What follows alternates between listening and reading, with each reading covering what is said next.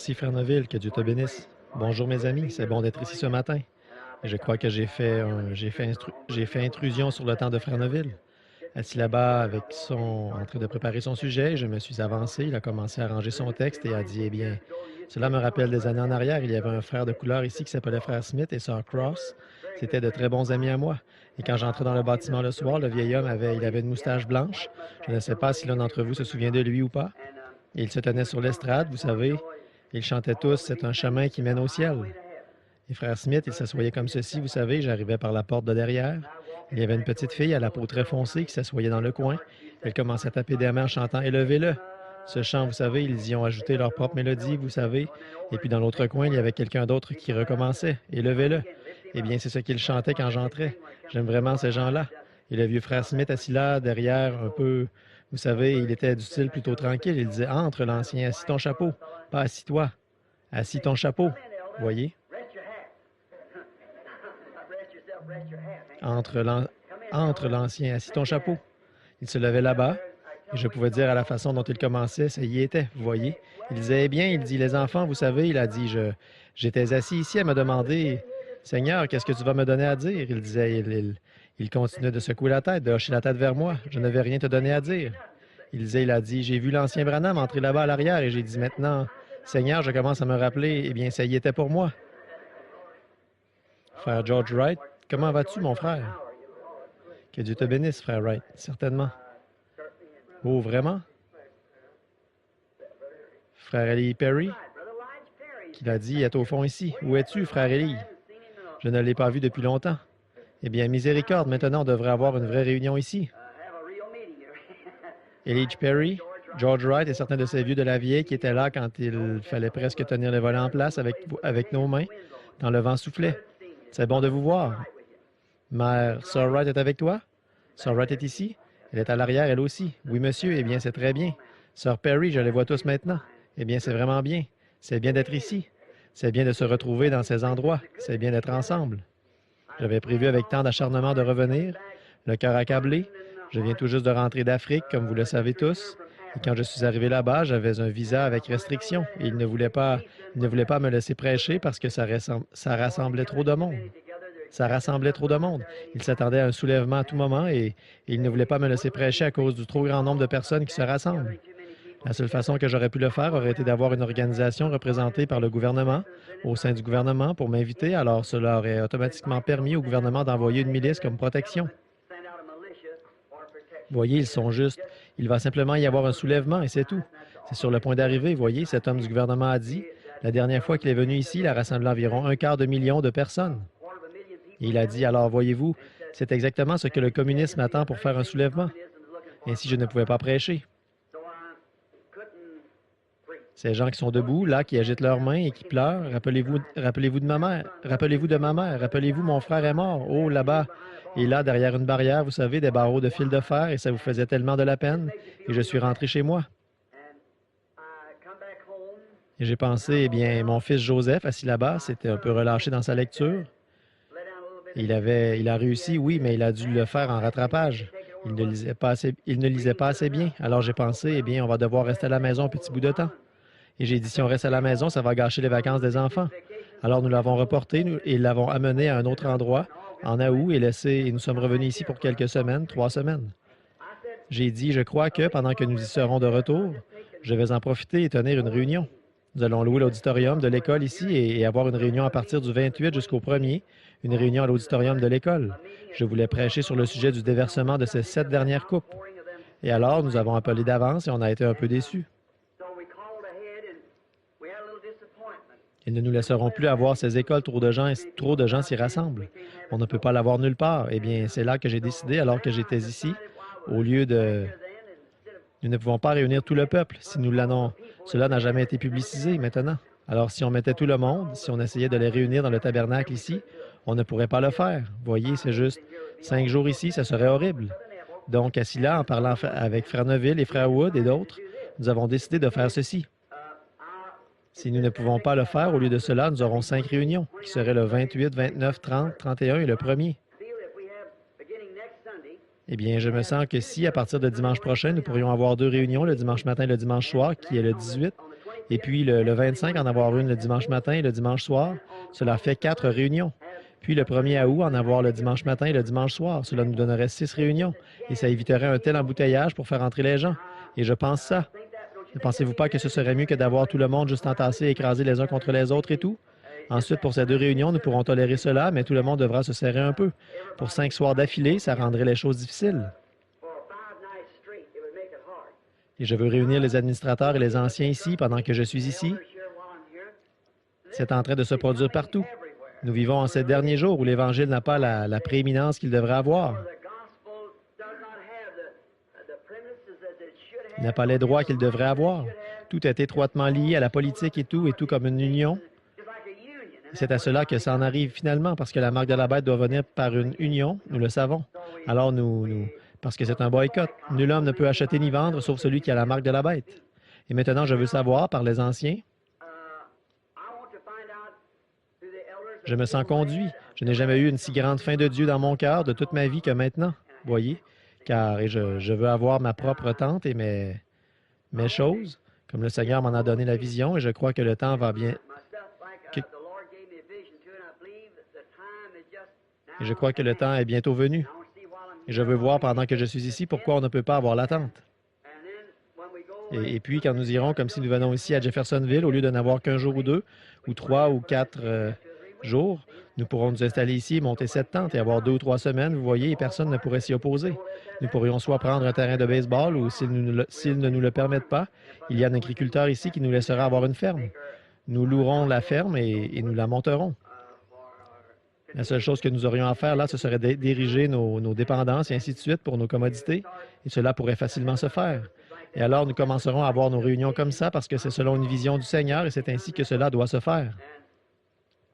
En entrant hier et en trouvant, vous savez, ceci, cela, je montais la rue et un bon ami à moi qui marchait par là m'a dit « Bonjour, Billy. » Je l'ai regardé, les cheveux blancs comme la neige, le ventre gros comme ça, et le gars à mon âge.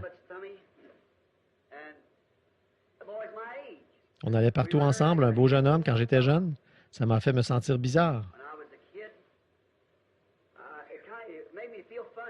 Mon petit garçon, Joseph, a dit « Pourquoi es-tu triste, papa? » Oh, j'ai dit « Je ne peux pas te l'expliquer, Joseph, tu vois, je ne peux pas te le dire. » Et je regarde Elijah Perry assis là-bas et Madame Perry. Il semble qu'hier, ils étaient un petit couple aux cheveux noirs qui habitait à côté de chez moi quand nous avions le vieux bateau, Wahoo, et que nous descendions la rivière et pêchions le soir. De les voir tous deux, les cheveux blancs, vous savez, ça dit une chose, c'est un petit signal avertisseur qui s'allume. Il ne te reste plus beaucoup de temps. Voyez? Aussi, je veux que chaque jour de ma vie soit pour lui. Ce qui me reste, le temps que j'ai, je veux le passer quelque part à faire quelque chose, si ce n'est rien de plus que me tenir au coin d'une rue pour témoigner la gloire et l'honneur de Dieu. Et je suis ici pour cette raison.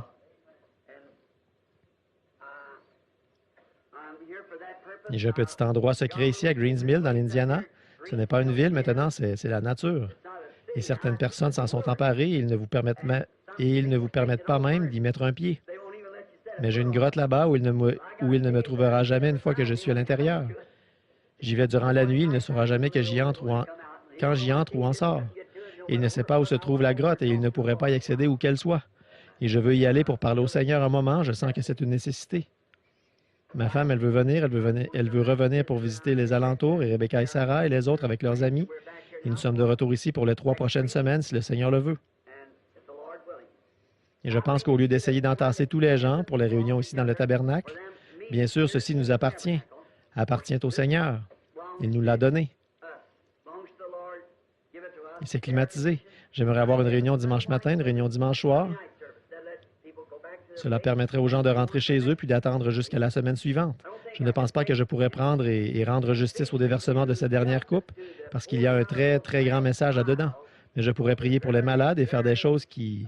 J'ai aussi des messages, comme le Seigneur me les donnera, pour l'Église. Tout au long de la semaine, je vais aller dans la nature quelque part ici étudier. Je vais revenir dimanche matin pour prendre la réunion du dimanche matin, comme celui-ci, et la réunion de dimanche soir. Notre bienveillant petit pasteur, Frère Neville, je lui ai demandé si cela lui convenait. C'est de lui enlever toutes ces réunions. Mais il était plus qu'heureux de les céder pour cela. J'ai juste... Frère Capps, lui aussi, je pense, a eu la fièvre qui court et je vois qu'il est parti et frère Humes. Et le Seigneur avait frère Mann ici juste pour prendre la relève et la place. Vous savez, n'est-ce pas merveilleux de voir comment Dieu fait les choses? Il fait toujours tout au bon moment. Je suis arrivé, j'ai entendu quelqu'un prêcher. J'ai dit, ça ne, je crois, frère Capps, il est venu à Tucson et je crois que ça l'a dérouté sur le champ. Il faisait environ 110 degrés. Il ne voulait rien avoir à faire avec ça. Alors il est parti, lui, frère Humes, et ils sont montés à Phoenix. Bien sûr, c'est 115, 116, 18 là-bas. C'était encore pire. Alors je pense qu'il est parti pour le Texas après ça. Il essayait de trouver un endroit. Mais vous ne voulez pas de l'Arizona à cette période de l'année, je vous le dis. Il faisait 140 degrés l'autre jour, vendredi dernier, 140 degrés à Parker. Et c'est là que frère Craig de l'église d'ici vit. Vous pouvez casser un œuf et il va frire avant de toucher le sol.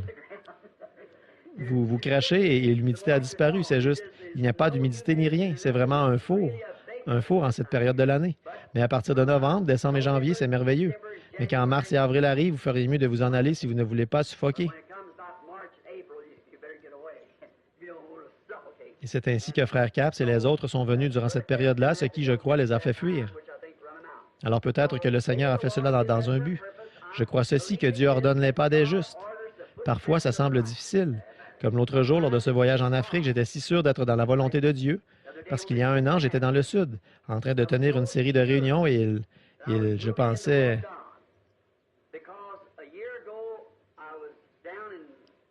venant de cette organisation, ils ont dit,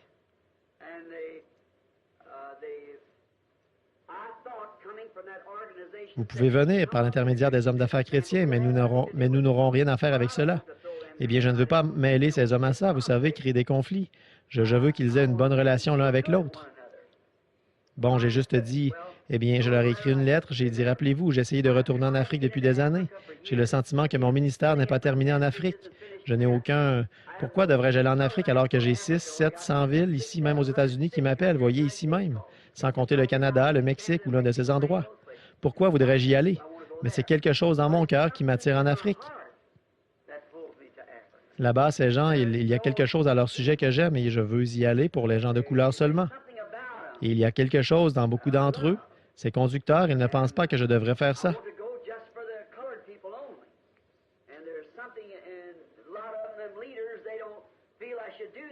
Je veux aller vers mes amis de couleur. C'est là que le Seigneur m'a appelé. Et maintenant, ils sont dans le besoin. Beaucoup de ces gens, ces Blancs, peuvent avoir des médecins et tout, mais ces pauvres indigènes vivent dehors et à moitié pourris. J'ai l'impression que ce sont eux qui le recevraient. C'est ceux-là. Il y a quelque chose à ce sujet. Quand vous arrivez au point où vous êtes si intelligent que vous savez tout, alors Dieu ne peut rien faire avec vous. Mais si vous en arrivez au point où vous êtes prêt à écouter et à apprendre, alors c'est le temps où Dieu peut entrer et vous parler. Et alors je leur ai retourné une lettre et je leur ai dit, et j'ai dit, souvenez-vous, au jour du jugement, ces mains osseuses qui sortent de la fumée vous condamneront. Leur sang est sur vous, pas sur moi, parce que j'ai essayé pendant environ 10 ans d'y retourner. Et quand j'ai posté la lettre, elle est revenue. Quelque chose m'a dit, vois Sidney Jackson pour une partie de chasse. Et en même temps, le Seigneur a parlé à Sidney Jackson et a dit, Lyon à Crinière Jaune, Frère Branham, campement, Durban, grande réunion. Eh bien, il était ici et il vous a parlé ici. En passant, nous avons baptisé. Il était fermement contre ce baptême au nom de Jésus-Christ. Et sa femme était pire que lui, elle se contentait de s'en aller. Vous pouviez, je vous le dis, je n'ai jamais vu des gens plus dévoués. Ils ont environ 150 ministres là-bas baptisés au nom de Jésus-Christ et ils enflamment le pays. Le message est en train de balayer l'Afrique. Partout, des aviateurs et de grands hommes viennent, se font baptiser au nom de Jésus-Christ. Et alors moi, quand j'ai commencé à y aller, je vous le dis, je n'ai jamais eu autant de mal de toute ma vie à essayer d'aller là-bas. Et puis à la toute dernière minute, voici ce qui était écrit sur mon visa. Ne peut anticiper aucune réunion religieuse. Ne peut que venir chasser. Eh bien alors, c'était compliqué.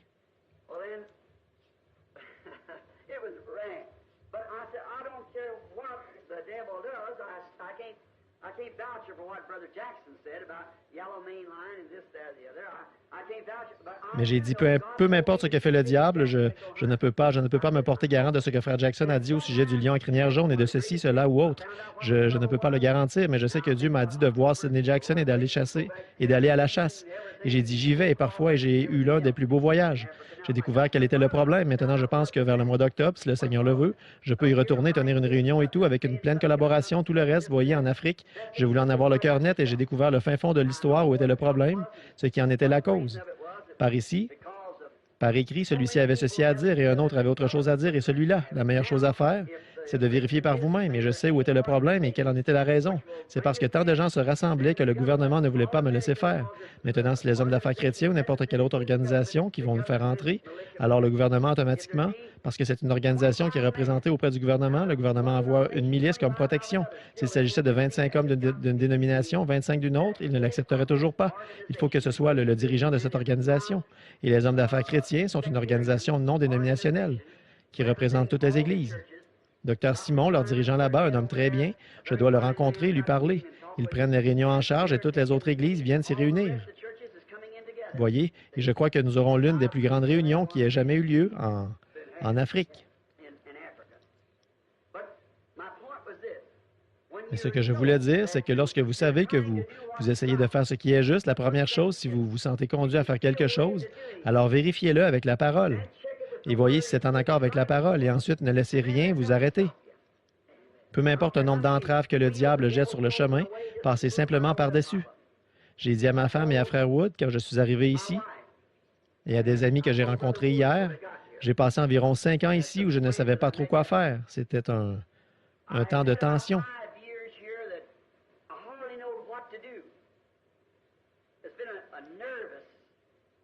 Voyez, le réveil lui-même parmi les églises est mort. Tout le monde le sait. Vous le ressentez dans ce tabernacle. Vous le ressentez partout. Il y a un coup violent, un sentiment de mort. Il y a simplement quelque chose qui ne va pas. C'est parce que l'enthousiasme du réveil a quitté les gens. Allez dans les églises, vous le verrez assis là, et le pasteur Bredouille a trouvé un message ou autre. Et la première chose que vous savez, il termine avec le sujet d'une certaine fête qu'ils vont organiser ou quelque chose. On dirait que c'est un coup mortel partout. Billy Graham le remarque. Oral Roberts. Monsieur Allen a eu quelques problèmes, comme vous le savez. Oral Roberts a ses immeubles de 50 millions de dollars et ainsi de suite là-bas. Il a une école et, eh bien, il n'y a personne sur le champ maintenant.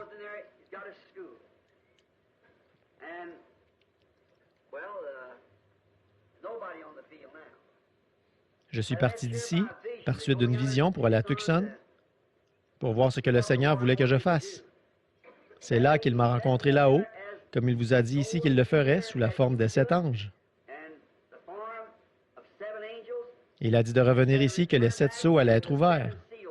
C'est exactement ce qui s'est passé. Il a dit un jour, quand il est sorti avec Frère Wood, nous sommes allés au même endroit, j'ai tiré une roche dans les airs, elle est retombée et il a dit, « En moins d'1 jour et 1 nuit, tu seras... »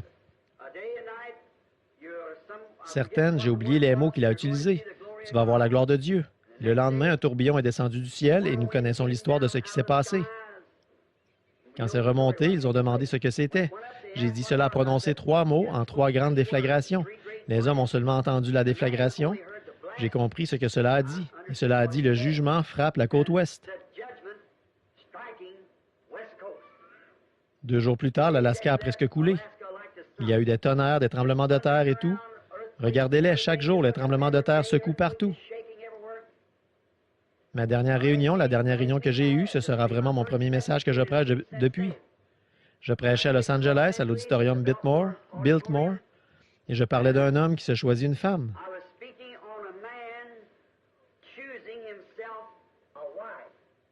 Vous avez probablement la bande.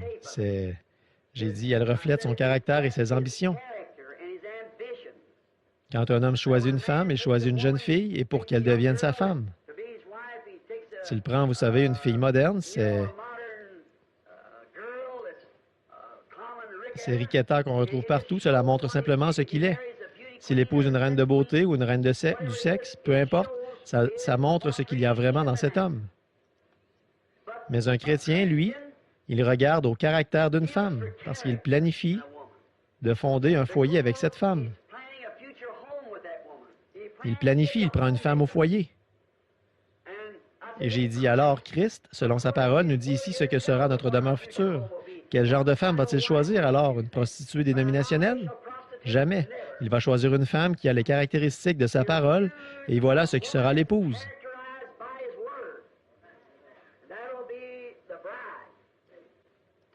Et pendant que j'étais là, quelque chose m'a frappé. Et j'ai perdu le fil pendant une trentaine de minutes. Il y a eu une prophétie qui est sortie. La première chose que je me rappelle, frère Mosley et Billy, je marchais dans la rue et cela a dit, toi, Capernaum, qui se nomme d'après le nom des anges. C'est Los Angeles, la ville des anges. Voyez, les anges. Toi qui étais levé jusqu'au ciel, tu seras abaissé en enfer. Car si les miracles qui ont été accomplis, car si les miracles qui ont été faits à Sodome avaient été faits chez toi, elle aurait subsisté jusqu'à ce jour. Et c'était sans que j'en sois conscient, voyez. Et comment j'ai pu exhorter Christ, l'exalter, le dire à l'Église. J'ai dit, vous les femmes, peu importe comment j'essaie de vous le dire ou de prêcher contre ces choses, et vous les hommes, vous les prédicateurs, vous trompez constamment. Vous continuez de le faire. Vous continuez votre chemin comme si la parole de Dieu comptait. Et quand j'ai compris cela, je suis parti et j'ai dit, il y a une écriture à ce sujet quelque part. Et je suis allé voir et j'ai trouvé que c'était Jésus qui réprimandait Capernaum sur la côte. Ce soir-là, j'ai regardé les Écritures. Arrivé chez moi, j'ai pris le livre d'histoire. Sodome et Gomorrhe était autrefois une ville prospère, le quartier général mondial des gens des nations.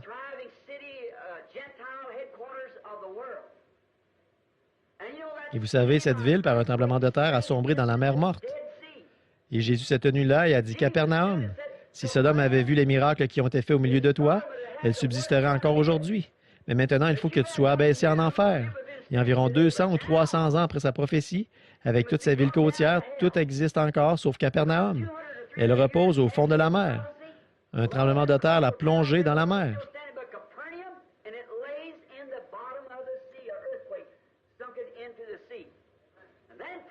Et là, prophétisant, Los Angeles sera au fond de la mer.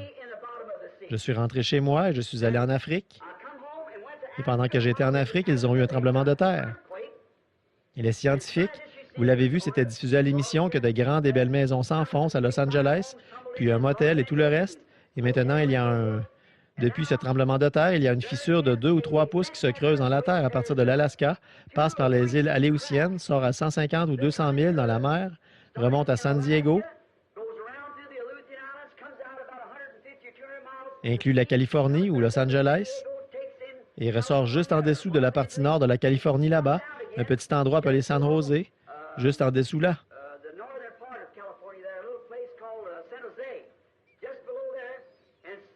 Et ce scientifique parlait, il est en entrevue. Nous regardions la télévision et il a dit, en dessous, ce n'est que de la lave qui bouillonne. Et il a dit ceci, c'est un morceau qui va se détacher, et il a dit, et c'est certain, et c'est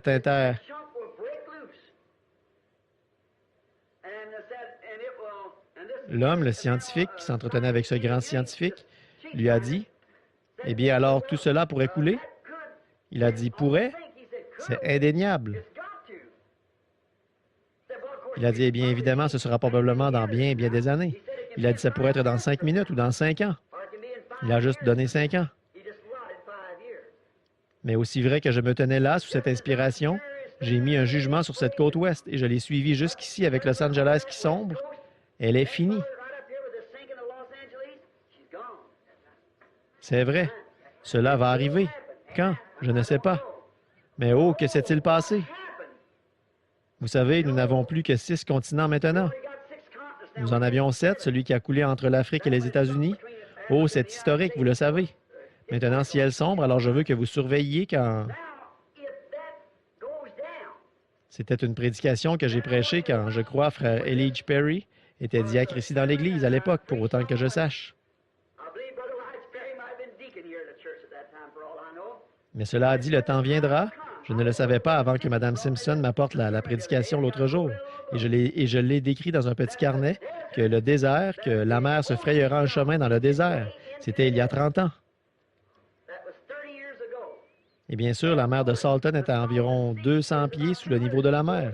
Ici, ce grand bouillonnement, cette terre qui s'engloutit comme ça, avec des centaines de kilomètres carrés, des centaines et des centaines de kilomètres carrés qui s'enfoncent dans la terre, cela va provoquer un raz de marée jusqu'en Arizona. Bien sûr que oui. Oh, nous sommes au temps de la fin, une heure glorieuse. L'apparition du Seigneur Jésus.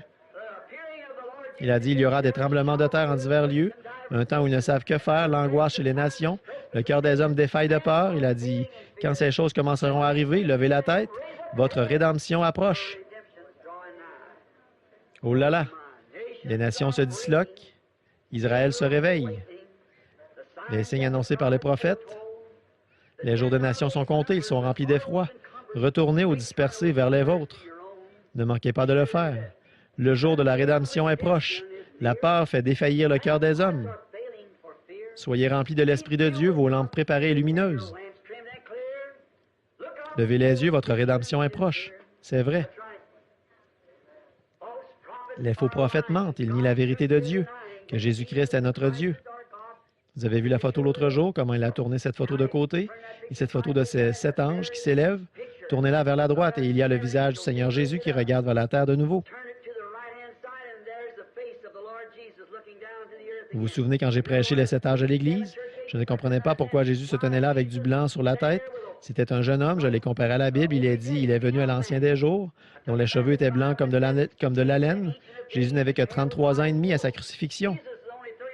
J'ai appelé frère Jack Moore, un théologien. Il a dit, « Oh, frère Branham, c'est Jésus dans son état glorifié. » Il a dit, après sa mort, son ensevelissement et sa résurrection, il est devenu comme cela. Ça sonnait bien pour un théologien, mais ça n'a pas marché. Ça n'a pas touché ce petit quelque chose. Je suis monté là-haut et j'ai commencé par ce premier âge à l'Église, et là, le Saint-Esprit l'a révélé. Maintenant, vous l'avez directement sur vos âges à l'Église. Je pense que les livres vont bientôt sortir avec tous les détails concernant cela. Et cela montrait que Jésus était juge. Il y a une perruque blanche qu'ils avaient l'habitude de porter. Ils mettaient une perruque en tant que juge. L'Angleterre le fait toujours quand vous avez l'autorité suprême. Et en tournant la photo de côté, le voilà, ses cheveux noirs, vous pouvez les voir sur le côté de sa barbe, et la perruque blanche dessus. Il est la dernière des autorités. Il est l'autorité suprême. Dieu lui-même a dit, celui-ci est mon fils bien-aimé, écoutez-le. Le voilà avec ses anges, le message qui était les 7 ouvertures de ces 7 sceaux, qui révélait la semence du serpent et toutes ces choses ici. Et ça montre que c'est ce qui le couvre. C'est son autorité suprême. Il est suprême et il porte une perruque ou est couvert. La Bible dit qu'il a changé son apparence ou qu'il s'est changé lui-même, enmorphé. Le mot vient du mot grec, en enmorphé, qui signifie un acteur grec qui joue plusieurs rôles. Aujourd'hui, il est une chose, dans l'acte suivant, il est autre chose. Il était Dieu, le Père, dans un acte, Dieu, le Fils, dans un autre acte, puis Dieu, le Saint-Esprit, dans cet acte-ci. Voyez, le voilà, sa parole est toujours suprême, nous vivons dans les derniers jours. En revenant d'Afrique l'autre jour, j'étais un peu fatigué. Vous voyez, c'est que c'est la nuit présentement et vous devez vous réhabituer. Et le temps que je me réhabitue, je reviens encore. Nous avons fait un voyage merveilleux, une partie de chasse, l'une des meilleures que j'ai fait de ma vie. Billy a des photos, peut-être qu'il pourrait prendre le temps de les montrer quelque part, vous montrer le voyage. J'ai eu un songe. Je rêve toujours que je suis de retour dans les services publics d'une façon ou d'une autre. Alors, je pensais que j'étais en quelque sorte en train de manquer à mon travail. J'étais supposé... Il me laissait faire à ma façon et j'ai pensé que je pourrais, au lieu de suivre la ligne et de collecter les factures ou quelque chose que je devais faire, je me suis dit, eh bien, je suis mon propre patron, je suis simplement allé me baigner. Et je suis descendu là et enlevé ses vêtements et j'ai mis mes vêtements de baignade. J'étais seul et j'ai pensé, hey, ce n'est pas bien, la compagnie, c'est le jour, la compagnie me paie pour 16 heures. J'ai pensé, c'est étrange. Et puis j'ai pensé, eh bien, l'argent que j'ai collecté en chemin, j'avais mélangé l'argent de la patrouille et celui de la route et j'ai dit, eh bien, l'argent que j'ai ramassé, j'ai fait quelque chose en m'amusant ici. J'ai perdu tous mes billets et j'ai mélangé leur argent et le mis ensemble. Comment vais-je savoir qui a payé la facture? J'ai pensé, juste parce que je ne faisais pas attention, j'ai pensé, ce n'est pas bien. Il n'y a qu'une chose à faire, c'est de retourner voir mon directeur et lui dire, c'était Don Willis, j'ai dit, Don, j'ai perdu ses billets.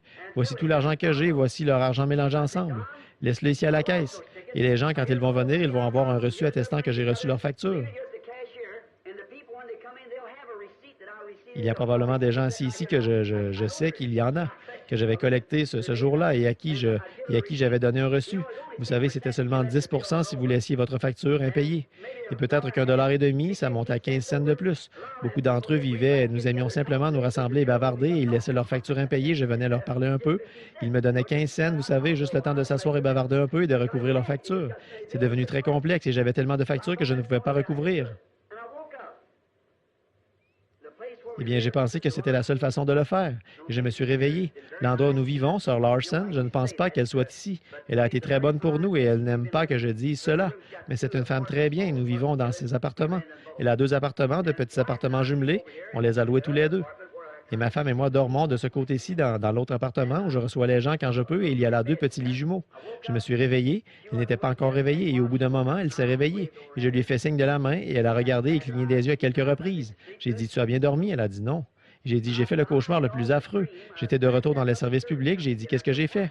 Je me souviens quand j'étais petit garçon ou un jeune homme, je marchais en suivant toutes ces lignes à Salem, dans l'Indiana, différents. J'entrais m'acheter un petit déjeuner, peut-être un bol d'avoine, sous ce soleil chaud et tout, et ça me rendait malade de prendre un petit déjeuner.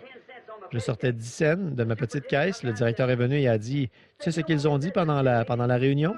Qui est cette tête à chignon qui sort 10 cents pour le petit déjeuner? Il a dit, tu devrais au moins rapporter 50 cents. Bon, vous savez tous que pour 50 cents, c'est un gros petit déjeuner dans ce temps-là. Et j'ai dit, je ne mange pas autant que ça. Il a dit, eh bien, tous les autres rapportent 50 cents. Tu dois rapporter 50 cents. J'ai dit, eh bien, je ne l'utiliserai pas. Il a dit, apporte-le de toute façon. C'était mon directeur. Bon, j'ai pensé, eh bien, qu'est-ce que je peux faire? Je dois charger 50 cents et je mange pour 10 cents. Alors, je sortais dans la rue, je prenais des petits-enfants qui n'avaient pas eu de petit déjeuner et je leur donnais un petit déjeuner qui valait 40 cents. Alors, j'ai pensé, eh bien, qu'est-ce qui pourrait... C'est peut-être ce qu'il retient contre moi. Et je me rappelle, ici, il n'y a pas longtemps, ils sont passés en patrouille, ils ont saccagé la cour arrière. Là, ils ont dit, rapporte ta facture. Vous savez qu'ils ont des droits en tant que patrouilleurs, mais ils doivent payer pour les dommages. J'ai répondu par écrit, il dit, vous ne devez rien. J'ai pensé, ça va compenser pour ce 40 cents. J'ai peut-être dépensé 20 ou 30 dollars pendant cette période de temps-là à le donner aux enfants. Peut-être que ça compensera. J'ai continué à avoir des rêves. Puis j'avais un gros arbre là, les enfants jouaient dessous, et la patrouille, maintenant, il patrouille en hélicoptère. Alors il est entré et a dit, Billy, que dirais-tu de couper cet arbre? J'ai dit, non, ne le coupez pas, on va le tailler. J'ai dit, frère Wood et moi allons le tailler. Le tailler. Il a dit, eh bien, je vais demander à l'homme de venir le tailler. J'ai dit, mais ne le coupez pas. Il a dit, je ne le couperai pas. Je suis parti en voyage. Quand je suis revenu, il était coupé ras le sol. Et j'allais intenter une poursuite. Vous voyez, j'ai dit, eh bien, Seigneur, je sais que ça va clairer le tout. Je suis certain. Alors, j'ai fait une croix là-dessus. Ce n'était pas grave. J'ai laissé tomber ça. Eh bien, j'ai encore rêvé à cela. Quand je me suis levé hier matin, j'ai dit, eh bien, la première chose que nous faisons le matin quand nous nous levons, c'est de prier ensemble, puis nous prions quand nous allons au lit le soir. Et puis après qu'elle soit partie chercher le petit déjeuner des enfants, j'ai commencé à prier. J'ai dit, Seigneur, j'ai dû être un type horrible. Qu'ai-je fait dans la vie que je ne puisse pas me libérer des services publics? Je suis entré, j'ai pris un bain, je suis ressorti et quelque chose semblait me dire, peut-être que je manque à son travail. J'ai pensé, ça fait 5 ans que je n'ai rien fait, je ne fais que l'attendre. J'étais là-bas l'autre jour, ils nous ont construit une nouvelle maison là-bas et frère Mosley est passé, il en parlait. J'ai dit, c'est simplement un petit cadeau de mon père. Il s'est mis à pleurer. J'ai dit, tu vois, il a dit, si vous quittez vos foyers, vos maisons, vos terres, vos pères, vos mères, je vous donnerai des maisons, des terres, des pères, des mères et 100 fois plus dans cette vie et la vie éternelle à venir. J'ai dit, tu vois, je devais quitter le tabernacle que je chéris tellement. La maison que le Seigneur m'a donnée là-bas, je devais la quitter. Il m'a simplement rendu seul là. J'ai dit, il est merveilleux. Tu vois, il s'est mis à pleurer. Eh bien, j'ai dû venir ici, me séparer, venir dans ce désert. Et j'ai pensé, pourquoi Dieu m'emmènerait-il dans un désert où il n'y a que des scorpions et des monstres de Gila?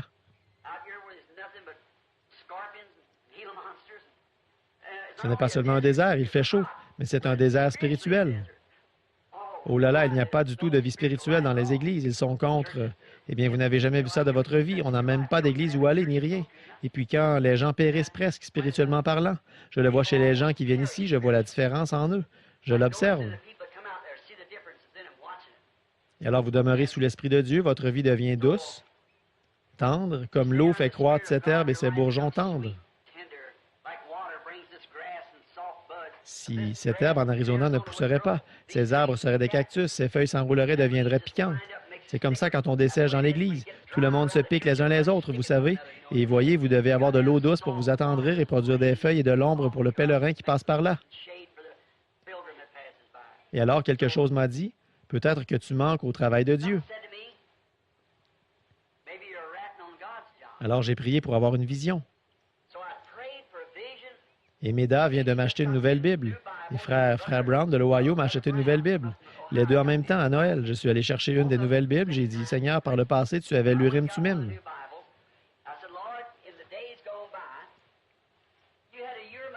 Maintenant, écoutez, laissez-moi dire ceci. Bien sûr, ils ne sont pas ça, ils n'enregistrent pas cette réunion. La raison pour laquelle je demande dit ceci. Laissez-moi dire, ne faites pas ceci, ce n'est pas une bonne chose. Mais j'ai dit, Seigneur, quand quelqu'un faisait un songe, on l'amenait à l'Urim Thummim et il le racontait. Et si l'Urim Thummim illuminait, une lumière surnaturelle, le songe était vrai. J'ai dit, mais ce sacerdoce et cet Urim Thummim sont terminés. Ta Bible est l'Urim Thummim maintenant. Seigneur, que je ne fasse plus jamais cela. Mais je t'ai demandé, je t'ai prié de me donner une vision, de me dire pourquoi je fais ces rêves. Qu'est-ce que j'ai fait? Si j'ai fait du tort, si j'ai fait quoi que ce soit à quelqu'un dans le monde, fais-le-moi savoir. Je vais aller le rectifier.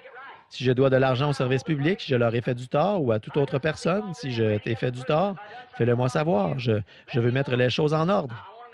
Mettons les choses en ordre maintenant. N'attendez pas après un certain temps, il pourrait être trop tard. Faisons-le maintenant, et j'ai dit certainement qu'il y a quelque chose dans cette parole de Dieu, de la Genèse à l'Apocalypse, ou un personnage avec qui tu as traité, qui se trouvait sur la même base que ma question. Si quelqu'un a fait quelque chose et que tu l'as repris à ce propos, alors laisse-moi ouvrir la Bible à cet endroit. Et si quelqu'un, quoi qu'il arrive, quoi qu'il ait fait, qui est similaire à ma situation, là où j'ai fait du tort ou quelque chose que tu veux que je fasse ou que je n'ai pas fait, laisse-moi voir un personnage dans la Bible comme ça. Et j'ai fermé les yeux, j'ai laissé la Bible s'ouvrir et j'ai mis le doigt sur une écriture, Genèse 24, 7. Éliézer, fidèle serviteur d'Abraham, le serviteur modèle de la Bible, est envoyé pour trouver l'épouse d'Isaac. Des frissons m'ont envahi. Bien sûr, c'est conforme au reste de mon message. Faire sortir l'épouse. Il a dit, jure de ne pas prendre une épouse parmi celles-ci, mais d'aller vers mon propre peuple. Il a dit, et si la femme ne veut pas venir avec moi, il a dit, tu seras dégagé de ce serment. Il a dit, et le Dieu du ciel enverra son ange devant toi pour te diriger. Il alla directement et s'est mis à prier, et il rencontra la belle Rebecca qui devint l'épouse d'Isaac. Simplement un message parfait, revenir à la parole. Va chercher cette épouse. C'est un devoir, c'est pour ça que je suis ici. C'est ce que j'essaie de faire, d'appeler une épouse à sortir. Souvenez-vous, en Californie, l'entrevue de l'épouse à vision préalable, je l'avais ici. Comment cette épouse est passée? Premièrement, je l'ai vue passer, puis voici qu'elle est passée Miss Amérique, Miss Asie et tout. Oh, la chose la plus horrible à voir. Et puis la même épouse est repassée. L'une d'entre elles ne marchait plus au pas. J'étais en train de la ramener au pas. C'était deux d'entre elles. C'est ce que j'étais censé faire, garder l'épouse au pas, chercher cet homme. J'ai dit, Dieu, je rentre chez moi, renouveler mes vœux et repartir à zéro. C'est donc ce que nous envisageons de faire. C'est pour ça que je suis ici. Je pense que ce serait une bonne chose si nous le faisions. En commençant le 18, la semaine prochaine, dimanche matin prochain, dimanche soir prochain, le dimanche suivant et l'autre dimanche d'après. Combien pensent que ce serait une bonne chose? Merci. Maintenant, je veux que vous fassiez quelque chose pour moi. Si vous avez avisé des gens qu'il va y avoir une réunion le 28, avisez-les à nouveau que nous ne pourrons pas l'avoir. Dites-leur, écrivez-leur une lettre de quelque façon que ce soit. Nous ne voulons pas que les gens viennent et soient déçus, mais nous n'avons pas pu avoir l'auditorium. Vous voyez, on n'a pas pu l'avoir. Et donc, parce qu'à la dernière réunion, je pense que nous étions si nombreux là-bas et tout, vous savez comment est le public. Eh bien, nous vivons simplement dans les derniers jours, c'est tout. Et ils prétendent que les gens entrent et dérangent l'école, qu'ils arrivent trop tôt, qu'ils font ceci ou cela, ou quelque chose d'autre, que l'endroit est trop embourbé, et que le commissaire des incendies fait ceci et cela. Et bon, vous savez, c'est pourquoi nous allons placer ces coupes et ces trompettes, et je veux les positionner. Je vous ai dit que je le ferais. Il relève d'une autre chose. De même que les coupes aussi, le retentissement des trompettes, mais nous voulons prendre tout le sujet d'un bout à l'autre et l'amener, le relier ensemble. Combien parmi vous ont lu dans le livre de Frère Veil qui a réécrit cela, a corrigé et a arrangé la grammaire pour moi? En avez-vous lu une partie? Oui, 2 ou 3 d'entre vous. Je pense que tu as fait un très bon travail, Frère Veil, un très bon travail. Je pense que c'est Sœur Veil qui l'a fait et tu ne faisais qu'écrire. Elle était une... Vous voyez, je ne suis pas toujours contre les femmes, n'est-ce pas, Sœur Veil? Alors maintenant, pour les 15-20 prochaines minutes, lisons une écriture ici.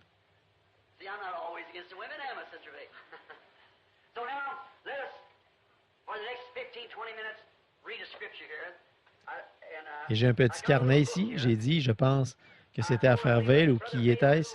Ou je pense que c'était Roy Borders. Frère Veil m'a acheté le carnet. Je veux faire un petit manuel. Et si jamais quelqu'un jetait un coup d'œil à ce que j'appelle mes notes, Comme si je voulais prêcher sur l'étoile du matin, je dessine une étoile. Et si je veux prêcher sur quelque chose, je dessine tout en symbole ici, des traits. Personne ne pourrait jamais savoir ce que c'est. Pendant que je suis à l'extérieur et que je pense à quoi que ce soit en conduisant sur la route, parfois la voiture fait des rebonds et je note ceci, je dis ceci et cela, je dessine des petits signes, des croix et des ponts et toutes sortes de choses. Comme si je veux prêcher sur la descente de l'étoile, je vais mettre la pyramide, la dessiner ici et mettre l'étoile à 5 points de David qui descend dessus. Et je sais où je vais dans les Écritures comme ça. Ou Moïse, une certaine chose qu'il a faite, je ne fais que des petites empreintes de dindon, par exemple. J'en ai plusieurs ici. Et j'ai pensé ce matin en arrière, alors que je pensais parler de ce sujet pendant quelques minutes ici, au sujet d'une note qui me prendrait peut-être 20 minutes. Et alors, je ne vais pas prendre le service de Franeville ce soir. Je vais me reposer ce soir et l'écouter.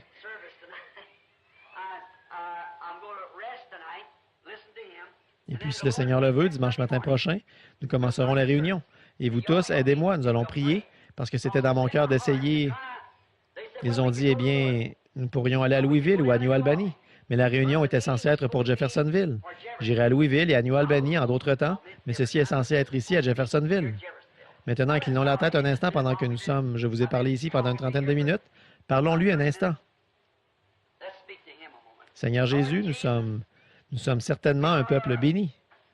Au-delà de notre pensée, au-delà de notre entendement.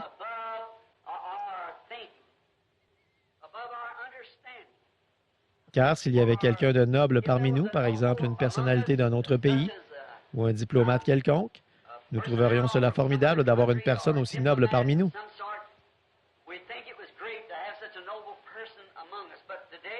Mais aujourd'hui, nous avons le Dieu du ciel, non seulement parmi nous, mais en nous, qui habite et vit sa vie à travers nous. Et nous en sommes si reconnaissants, Seigneur, c'est au-delà de notre entendement, bien sûr. Mais maintenant, en parlant de ces réunions et d'aller en Afrique et des choses que nous avons essayé d'organiser pour ces quelques jours ici en Indiana,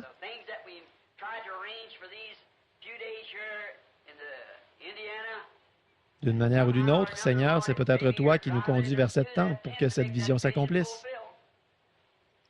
Que ta volonté soit faite. Nous l'avons confiée de cette façon au mieux de notre compréhension. Alors nous prions, Seigneur, s'il y a quelque chose qui soit contraire à ta volonté, tu nous le feras connaître afin que nous sachions faire ta volonté parfaite. Maintenant, bénis-nous dans ces prochaines minutes. Parle-nous par ta parole, Seigneur, car ta parole est la vérité. Nous le demandons au nom de Jésus. Amen. Allons dans la Bible, à Marc, le chapitre 8. À quelle heure sortez-vous d'habitude? À midi? Très bien. Bon, maintenant, juste un petit message ici pour vous parler de la parole après avoir témoigné de là-bas, et ainsi de suite.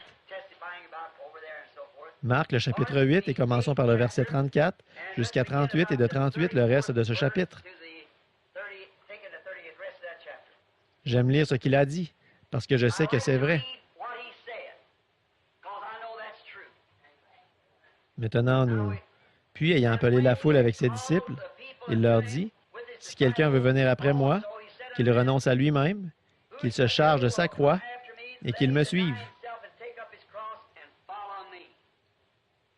Car celui qui veut sauver sa vie la perdra, celui qui perdra sa vie à cause de moi et de la bonne nouvelle la sauvera.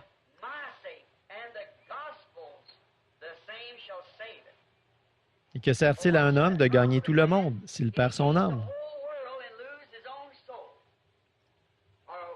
Que donnerait un homme en échange de son âme? Car quiconque aura honte de moi et de mes paroles, au milieu de cette génération adultère et pécheresse, le Fils de l'homme aura aussi honte de lui, quand il viendra dans la gloire de son Père avec les saints anges.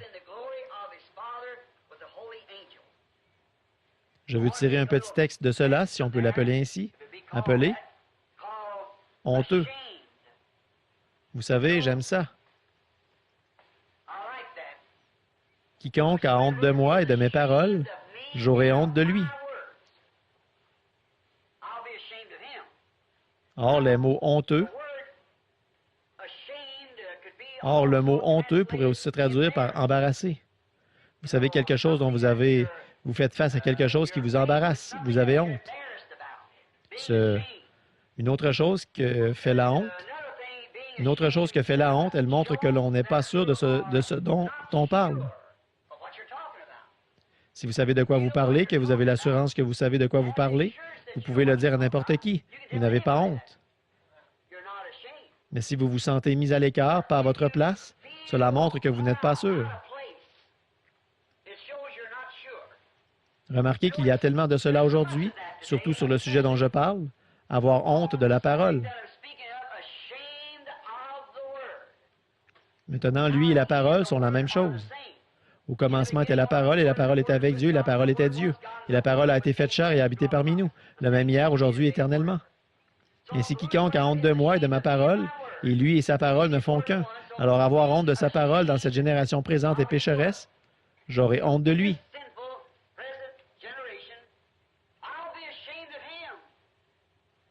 Maintenant, nous remarquons qu'aujourd'hui, si quelqu'un dit « Êtes-vous chrétien? » C'est une chose très populaire de dire « Oh, je suis chrétien. » Voyez? Mais croyez-vous la parole de Dieu, où elle dit « Ces signes accompagneront ceux qui auront cru? » Oh, même le visage des ministres va rougir. Voyez? Avez-vous honte, disons, de la guérison divine?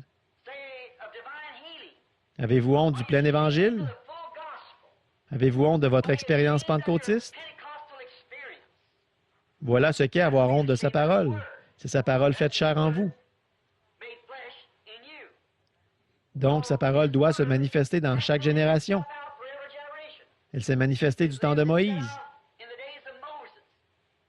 Car en ce temps-là, la Bible dit dans Hébreux chapitre 1, « À bien des reprises et de bien des manières, Dieu a parlé autrefois à nos pères par les prophètes. » Et ces prophètes. L'Église était tellement tordue que lorsque ces prophètes, ces messagers de Dieu audacieux sont venus sans Église, sans dénomination, sans organisation, sans rien. Ils ont défié les rois, les royaumes, les églises et tout. Quand les sacrificateurs furent amenés devant les sacrificateurs, ils n'avaient pas honte parce qu'ils avaient directement le ainsi dit le Seigneur.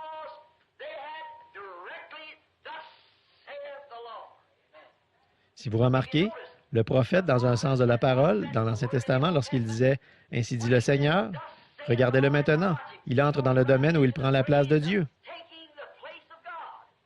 Remarquez, quand il s'est présenté devant lui, ainsi dit le Seigneur, il s'est retrouvé à la place de Dieu et il agissait comme Dieu. Puis il a donné son message, qui était Dieu qui parlait par lui. Ainsi dit le Seigneur. Je pense aux prophètes d'autrefois, lorsqu'ils arrivaient avec ce message et que cela embarrassait les rois et rendait les gens mal à l'aise.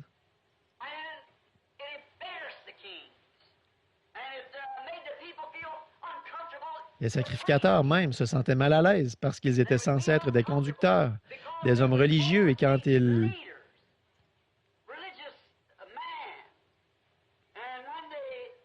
la parole venait de cette manière, elle les dévoilait et ils se sentaient embarrassés ou honteux.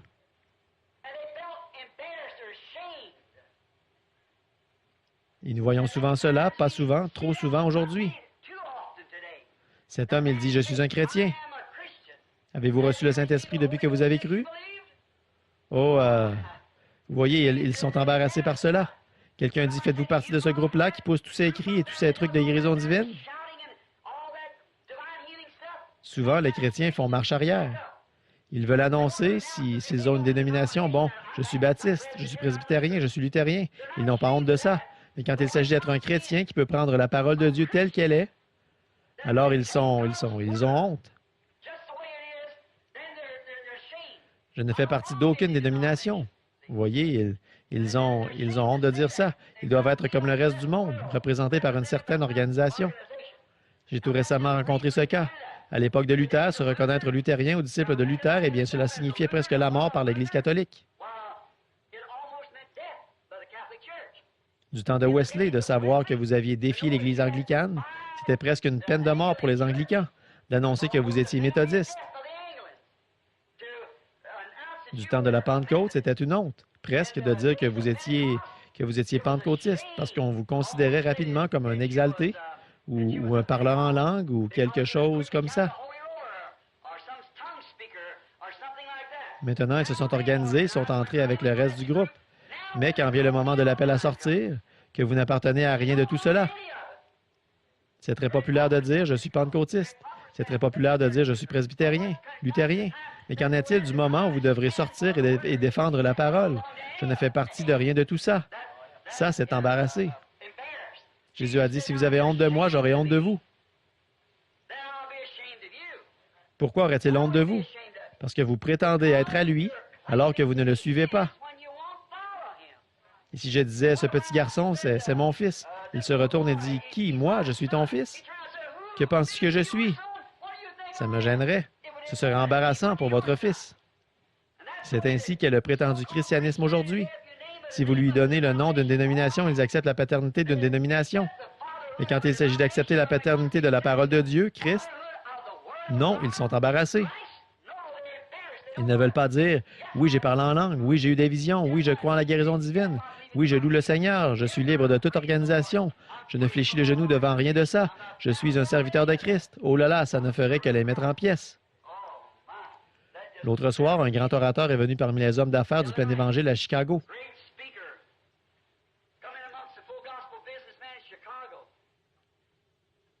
Puis je m'arrêtais ici une minute pour dire ceci.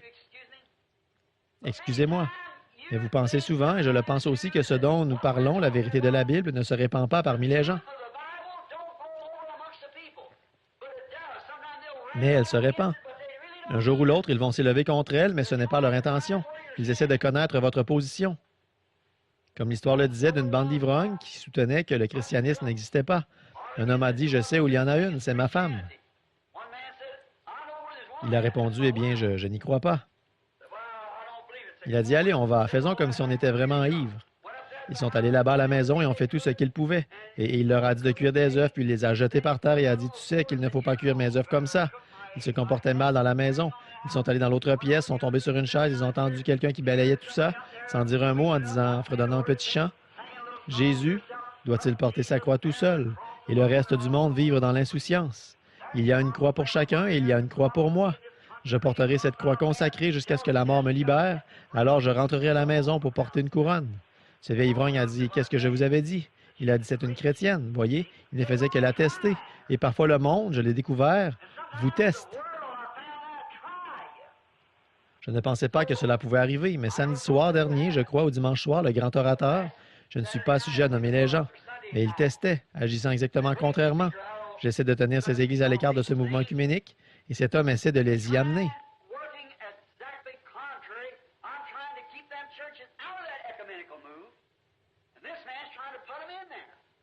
Donc, il parlait au nom des hommes d'affaires chrétiens, ce qui j'étais censé avoir la réunion à Chicago et je pensais que je serais en Afrique à ce moment-là, et si je n'aurais pas pu y être. Cet homme a dit, le plus grand mouvement, la plus grande chose qu'il y ait jamais eu sur la Terre présentement, c'est le retour de toutes les églises à l'Église catholique. Dans le mouvement œcuménique, les catholiques vont recevoir le Saint-Esprit. Quel piège du diable! Et ce conducteur, Frère Chakarian, le président des hommes d'affaires internationales, s'est levé et a dit, après que l'homme se soit assis, il a dit, ce n'est pas la façon que nous l'avons entendu.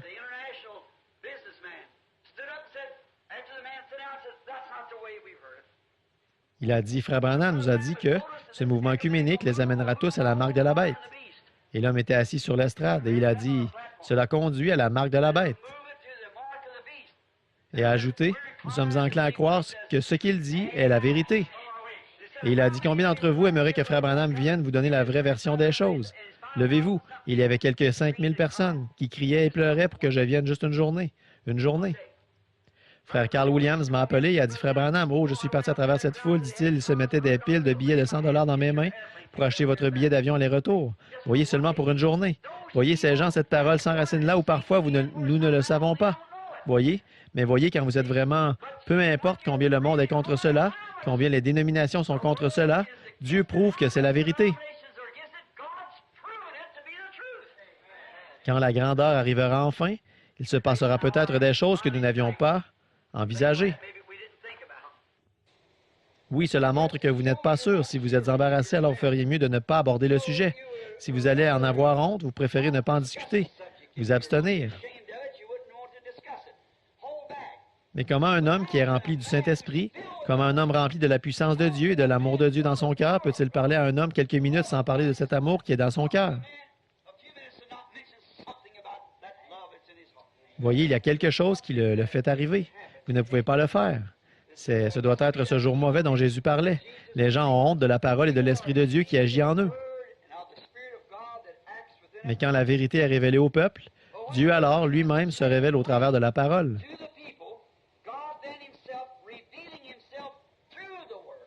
Maintenant, n'importe qui peut prétendre n'importe quoi. Et nous l'avons vu ces jours-ci où il y a eu tellement de déclarations que c'était horrible. Mais voyez-vous, s'il y a une vérité, ce doit être par la parole. Parce qu'ils disent qu'il y avait toutes sortes de choses, de l'huile qui coulait des gens, du sang qui sortait de leurs mains, des femmes avec ce sang sur le dos et qui coulait dans leurs chaussures. Et elles élevaient leurs chaussures et de l'huile s'en déversait. Et des grenouilles bondissaient sur l'estrade et toutes sortes de choses du genre.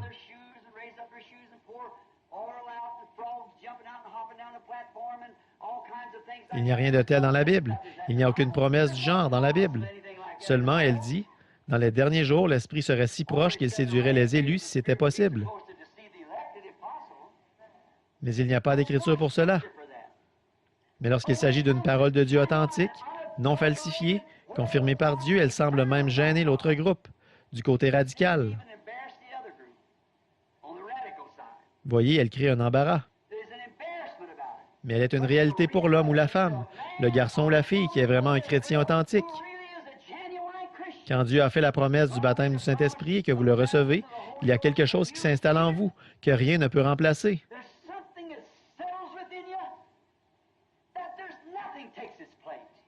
Quand un homme rencontre Dieu, non pas dans une émotion fabriquée, un enthousiasme ou une doctrine religieuse, un catéchisme ou un credo ou un dogme qu'il a accepté comme étant un réconfort pour lui-même, mais quand il arrive vraiment à l'endroit, comme Moïse, au fond du désert, marcher jusqu'à être face à face avec le Dieu Tout-Puissant, et vous voyez la voix qui vous parle, exactement en ligne avec la parole et la promesse de l'heure, cela vous fait quelque chose.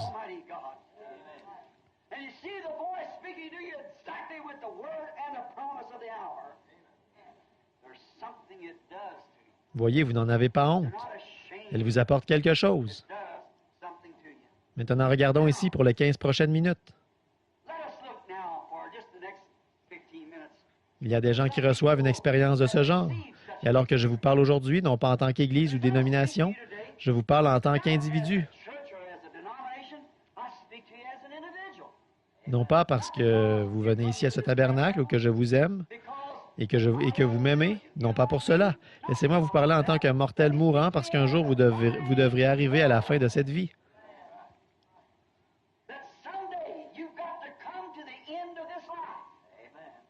Et il se peut que je ne sois plus là et qu'un autre prédicateur ne soit plus là.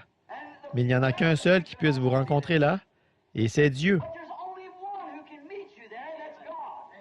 Et vous écoutez cela, et non pas si ma femme est une bonne chrétienne ou mon mari est un bon chrétien, mais suis-je en ordre avec Dieu? Ai-je rencontré Dieu sur cette base? Pas parce que mon pasteur a rencontré Dieu ou parce que mon diacre a rencontré Dieu, mais l'ai-je rencontré? Pas parce que j'ai crié ou parce que j'ai parlé en langue, mais parce que je l'ai rencontré en tant que personne. Alors vous n'aurez jamais honte de cela. Il y a quelque chose de si parfait, de si pur et si vrai.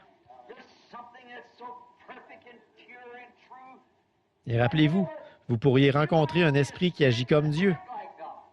Vous pourriez rencontrer un esprit qui fait ceci, cela ou autre. Suivez-le un peu et voyez s'il se conforme à la parole de Dieu. Vous pourriez rencontrer un esprit qui vous dirait que vous êtes sauvé et vous donnerait un sentiment glorieux et vous crieriez et hurleriez. Mais quand il s'agit de nier la parole, comment le Saint-Esprit qui a écrit la parole pourrait-il nier sa propre parole? Cet esprit doit ponctuer chaque promesse de Dieu d'un « Amen ». Si ce n'est pas le cas, alors vous n'avez jamais rencontré Dieu. Vous avez rencontré un esprit séducteur. Et le monde en est rempli aujourd'hui. Mais quand vous voyez Dieu descendre et déclarer qu'il va faire une certaine chose et que ça arrive et fait cela, fois, après fois, alors vous avez le véritable Esprit de Dieu. Comment un esprit pourrait-il être sur un homme, le Saint-Esprit qui a écrit la Bible, puis faire demi-tour et nier? Ce n'est pas juste, c'était pour un autre jour. Il a dit la promesse est pour vous et pour vos enfants, pour tous ceux qui sont au loin, en aussi grand nombre que le Seigneur, notre Dieu, les appellera. C'était Acte 2,38. Comment un esprit peut-il donc accepter autre chose que cela et être de Dieu alors qu'Hébreux 13,8 dit « Jésus-Christ est le même hier, aujourd'hui et toujours. » Et si quelqu'un disait « Oh, je crois qu'il est un philosophe, c'est un brave homme, c'est un prophète, mais limité à sa puissance. » Je parlais l'autre soir avec George Smith, le garçon qui fréquente ma fille, Rebecca. Un bon garçon qui a chanté ici au tabernacle. Un garçon baptiste qui vient de prendre a dit « Enlevez mon nom de cette chose, je ne veux rien avoir à faire avec ça. » il y avait une jeune femme. Ils avaient une conférence, cette certaine église baptiste dans les collines. Et ils sont si durement contre moi, eux tous là-bas, ils n'ont rien contre moi, c'est contre cette parole. Moi, en tant qu'homme, ils ne peuvent rien dire contre moi, je ne leur ai jamais fait de mal. Mais ceci est ce dont ils ont peur. Vous voyez? Bon, nous étions...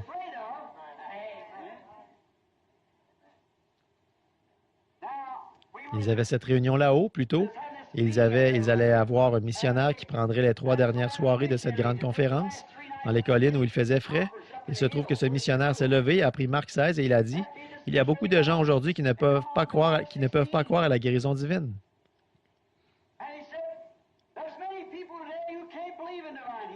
Il a dit, « J'étais en Inde. Je suis un Indien. Et j'étais en Inde quand un homme ici des États-Unis, du nom de Frère Branham, est venu. Le pasteur a commencé à s'approcher. Il a dit, « Ma femme se mourait d'un cancer. J'étais aveugle ou quelque chose comme ça. » Il a prié pour l'un de nous. Et l'autre a été appelé dans l'auditoire, ne connaissant même pas notre propre langue, et il a prononcé la puissance de Dieu.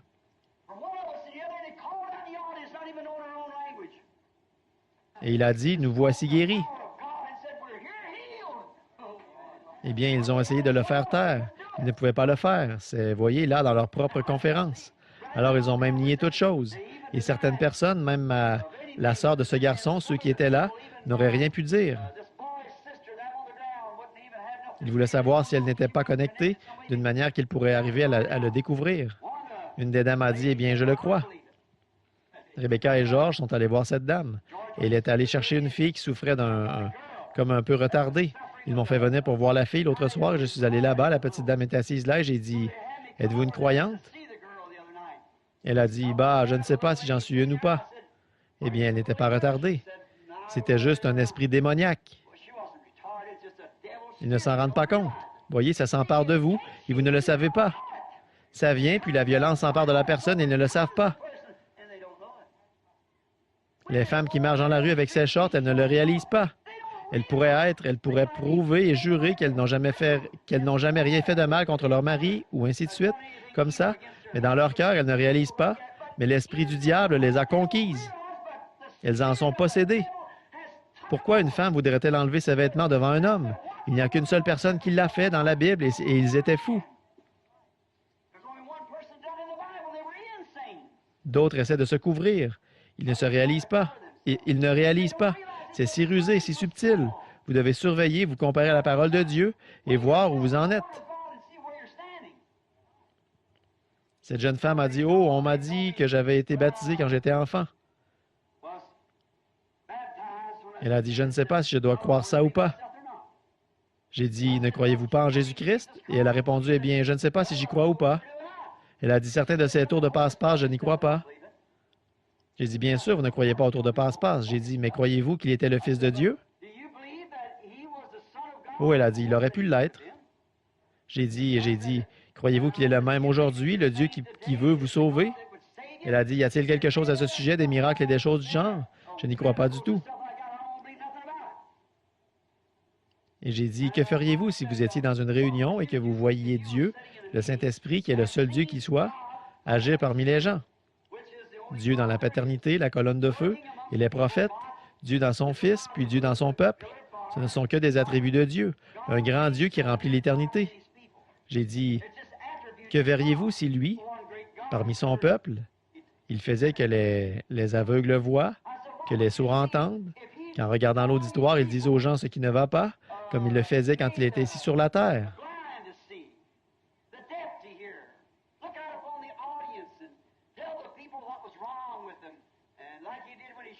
Elle a dit, « Je crois que ce serait de l'horoscope. » J'ai dit, « Vous êtes dans une condition pire que je ne le pensais. Il vaudrait mieux pour vous que vous ayez perdu l'esprit. Vous ne seriez pas responsable. Mais j'ai dit, vous êtes simplement possédé d'un esprit malin. » J'ai dit, quand Jésus a parlé de ses maris à la femme au puits, quand il a regardé les gens et qu'il percevait leurs pensées, est-ce que vous appelleriez ça de l'horoscope?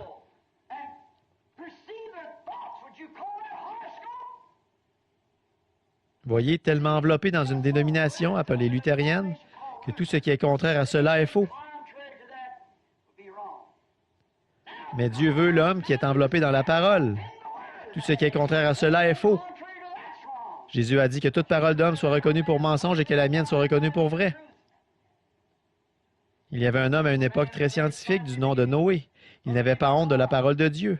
Dieu l'a rencontré et il lui a parlé. Il savait que c'était Dieu. Et il a dit, il va pleuvoir. Il n'avait jamais plu, mais il croyait qu'il allait pleuvoir.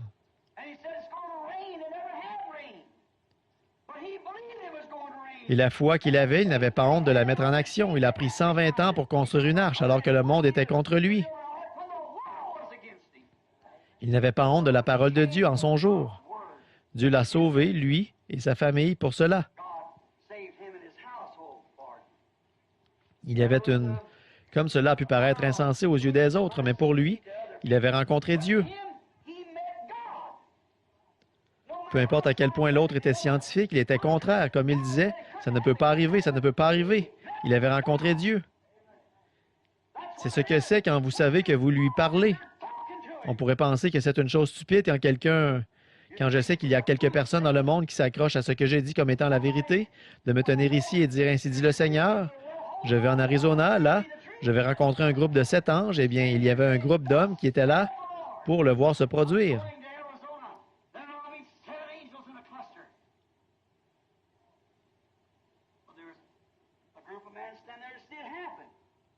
L'autre soir, en disant, Los Angeles va sombrer dans la mer.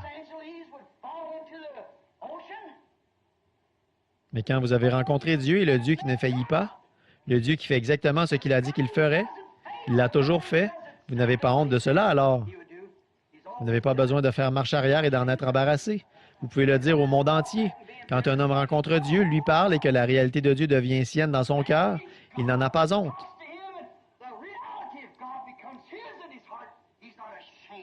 Noé n'avait pas honte.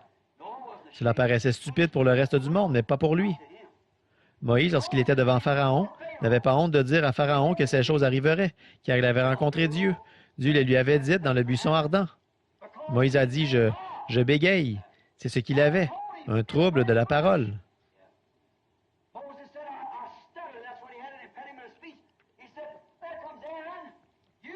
Il a dit, voici Aaron qui arrive. Tu seras Dieu pour lui, il sera ton prophète. Je sais qu'il parle bien, mais je serai avec ta bouche. Qui a fait parler l'homme? Amen, j'aime cela, c'est Dieu. Qui a fait l'homme sourd ou muet? Ou qui a fait parler l'homme? Dieu l'a fait. Il a dit, Seigneur, montre-moi ta gloire. Il a dit, qu'est-ce que tu as dans la main? Il a répondu, c'est un bâton. Il a dit, jette-le par terre, et il s'est changé en serpent. Il a dit, reprends-le, et il redevint un bâton. Amen, il est Dieu. Mets ta main dans ton sein. Il l'a mis, il en a sorti, blanche de lèpre. Il a dit, remets-la et sors-la encore. Et elle était comme l'autre main. Je suis Dieu. Alors il s'est présenté devant Pharaon et a dit ce qu'il lui a dit qu'il dirait. Il a dit, il en sera ainsi et ainsi. Il a ramassé du sable, l'a jeté en l'air et a dit, ainsi dit le Seigneur, que les puces viennent sur la terre et les puces sont venues. Il a pris de l'eau, l'a versé dans le fleuve et a dit, ainsi dit le Seigneur, et tout le fleuve, et tout s'est transformé en sang. Il a fait tomber la grêle du ciel.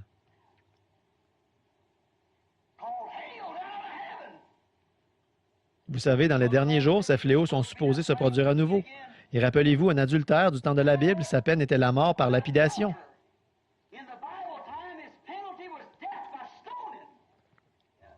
Et l'Église incrédule sera lapidée à mort de pierre de grêle, qui était autrefois la manière du châtiment de Dieu.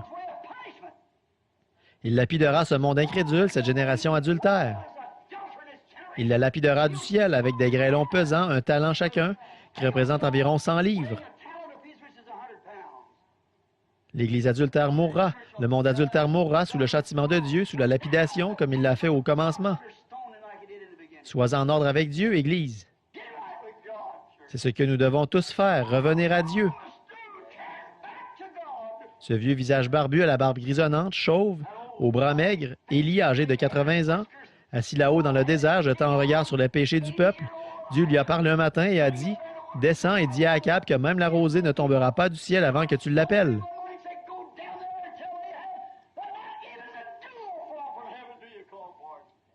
Je peux voir ses vieux petits yeux regarder derrière cette barbe blanche à l'aspect flou, ce bâton à la main, marchant sur la route comme un garçon de 16 ans. Il a marché droit dans la présence du roi et a dit, « Même la rosée ne tombera pas du ciel avant que je le déclare. » Il n'avait pas honte de Dieu ou de sa parole, de le dire à un roi ou à quelqu'un d'autre. Il n'avait pas honte. Il n'avait pas à se cacher et dire, « Maintenant, Akab, tu serais un... » Cela me fait penser à quelque chose comme nous-mêmes. Puis j'ai dit aux gens, j'arrive à un point où j'ai besoin de plus de foi. C'est pour ça que je suis à la maison pour l'instant, c'est pour avoir un nouvel élan de foi. Vous devenez ici, lorsque vous priez pour les gens, vous vous excusez.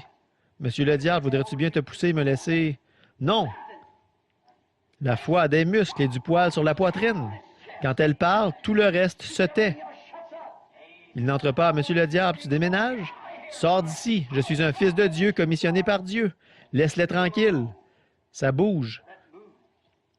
Vous ne vous excusez pas au diable, rien à voir avec lui. Vous n'avez pas honte de la parole de Dieu, pas honte de votre commission, pas honte de qui nous sommes. La seule honte que j'ai, c'est d'être un Branham. C'est ma naissance terrestre. J'ai honte de mes erreurs.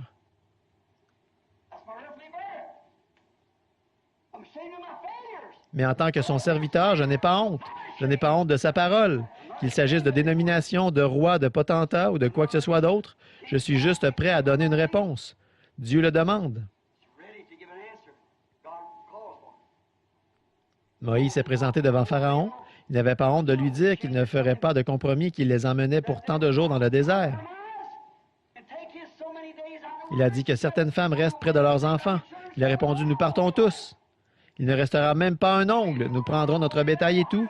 Il n'avait pas honte. Pourquoi? Il était entré dans la lumière de la délivrance. C'est la raison pour laquelle un homme ou une femme, malade ou quoi que ce soit d'autre, qui une fois vient dans la présence de Dieu et sait que Dieu les a guéris, vous entrez dans la lumière de la délivrance. Vous ne faites de compromis sur rien. La délivrance était dans son cœur, car il avait rencontré le Dieu qui avait dit « Je suis le Dieu d'Abraham », qui a fait la promesse à Abraham. Et le temps de la rédemption, de la délivrance, approche. Je t'envoie là-bas pour le faire sortir. Qu'y a-t-il à s'excuser à ce sujet? Pharaon aurait pu le tuer. Il n'était qu'un homme. C'était un esclave. Il aurait pu le tuer, mais il n'avait pas honte de la parole. Il n'est pas venu se mettre à genoux et supplier Pharaon pour rien. Il a dit « Je suis venu les chercher ». Pharaon a répondu « Eh bien, tu ne peux pas les emmener. » Il a dit « Très bien, alors il y aura des poux sur la terre au point que tu te frayeras un chemin à travers. » Et c'est ce qui s'est passé. Il a dit « Oh, Moïse, fais-les disparaître. » Il a dit « Très bien. Maintenant, est-ce que tu te repens? » Il a dit « Bon, tu peux passer tant de jours dans le désert. » Il a dit « Alors les mouches vont venir. » Amen. Il a dit « Les ténèbres vont venir. » Il faisait si sombre qu'on ne différenciait pas un endroit de l'autre. Et finalement, la mort est venue. Pour Pharaon, comme pour le serviteur, c'était la mort pour l'aîné des enfants de la famille. Il n'avait pas d'excuse à présenter à personne. Il était un fils d'Abraham, né dans l'Esprit de Dieu, commissionné par Dieu avec le message de Dieu, d'aller là-bas et de faire sortir ses gens.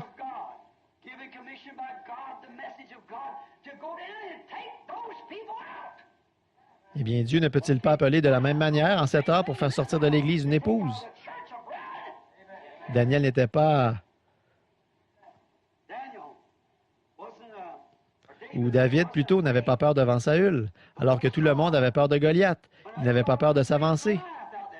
Et il a dit, ton serviteur. Ce petit homme maigrichon a dit, ton serviteur gardait les brebis de son père, et un ours est entré et en a pris une. Je l'ai pourchassé dans le désert et je l'ai tué avec cette fronde. Un lion est entré. Oh là là! Un lion est entré et en a pris une et s'est enfui dans le désert. Et je l'ai abattu avec une fronde. Quand il s'est levé, je l'ai tué.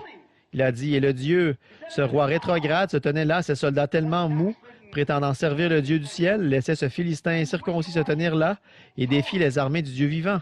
Il a dit, ton serviteur le tuera aussi, car le Dieu qui m'a livré le lion et l'ours me livrera aussi ce Philistin incirconcis.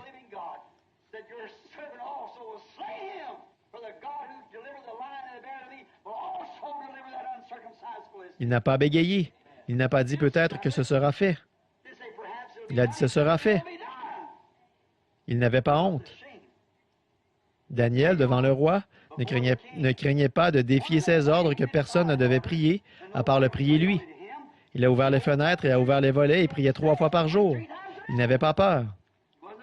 Shadrach, Meshach et Abednego n'avaient pas peur de cette fournaise ardente. Il disait, notre Dieu est capable de nous délivrer. Dieu peut nous délivrer. Mais s'il ne le fait pas, nous ne nous inclinerons pas devant cette statue. Il n'en avait pas honte. Non, monsieur, non, monsieur. Il n'en avait certainement pas honte parce qu'il savait.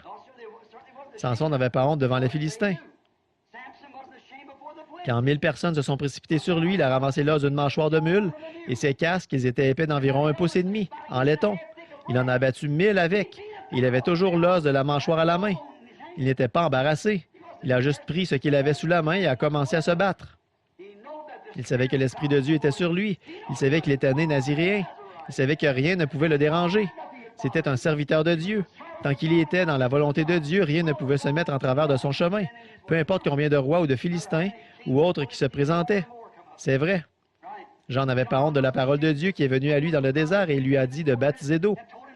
Il n'avait pas honte de dire « Voici l'agneau de Dieu qui enlève le péché du monde », car l'Esprit de Dieu était sur lui. Il n'avait pas honte devant les sacrificateurs. Il n'avait pas honte de la parole de Dieu quand il est allé voir Hérode. La femme de Philippe vivait avec Hérode. Il s'est présenté droit devant le roi. Ce vieil homme au visage laineux, sorti du désert, il en est sorti sans éducation ni rien d'autre. Il marcha droit devant Hérode et a dit, « Tu n'as pas le droit de l'avoir pour femme. » Il n'avait pas honte de la parole de Dieu. Certainement, il n'en avait absolument pas honte. Étienne, il n'avait pas honte de la parole de Dieu. D'abord, le peuple pentecôtiste là-bas, au jour de la Pentecôte, quand ils se sont rassemblés dans la chambre haute, le Saint-Esprit est venu sur eux par une promesse de Dieu.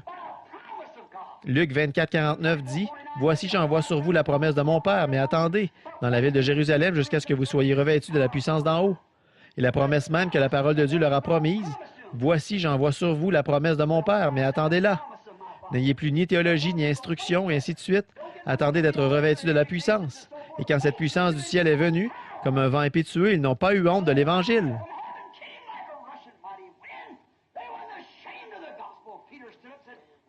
Pierre s'est levé et a dit, « Repentez-vous chacun de vous. Vous, hommes, aux mains cruelles, vous avez crucifié le prince de la paix que Dieu a ressuscité des morts. Et nous sommes témoins, car c'est ce que Joël a dit qui s'accomplirait dans les derniers jours. Je répandrai de mon esprit sur toute chair. » Il n'avait pas honte de l'Évangile. Le petit Étienne, comme je l'ai mentionné il y a quelques minutes, quand il est passé par là comme une tornade, ce n'était pas un prédicateur, il n'était qu'un diacre, mais il témoignait partout de la résurrection. Il avait rencontré Dieu. Et c'est juste comme essayer de l'arrêter. Eh bien, c'était comme essayer d'éteindre une maison en feu par une journée venteuse dans un temps sec. Eh bien, chaque fois que le vent soufflait, le feu se répandait.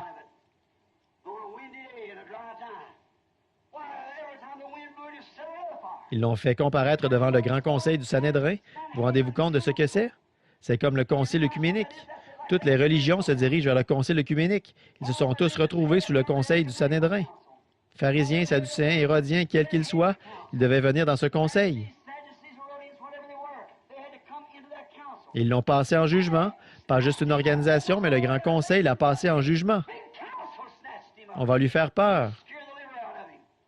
Quand il s'est levé ce matin-là, la Bible dit que son visage avait l'aspect d'un ange. Il a dit, « Homme frère, laissez-moi vous parler. Nos pères habitaient en Mésopotamie avant de venir à Charan, ainsi de suite. » Il allait donner les Écritures, puis quand il fut tout absorbé, l'Esprit vint sur lui et il dit, « Vous, hommes au cou raide, incirconcis de cœur et d'oreille, vous résistez toujours au Saint-Esprit. Ce que vos pères ont fait, vous le faites aussi. » Il n'avait pas honte de l'Évangile ni de la parole. Il n'était pas embarrassé devant n'importe quel conseil du Sanhédrin. Non. Paul a dit devant Agrippa, étant juif enseigné sous Gamaliel, c'était un grand dignitaire. Mais un jour, sur le chemin de Damas, il est venu en présence, en contact avec Dieu. Un ange est descendu du ciel sous la forme d'une colonne de feu, une lumière qui l'a jeté par terre. Il s'est levé et a dit, « Seigneur, qui es-tu? »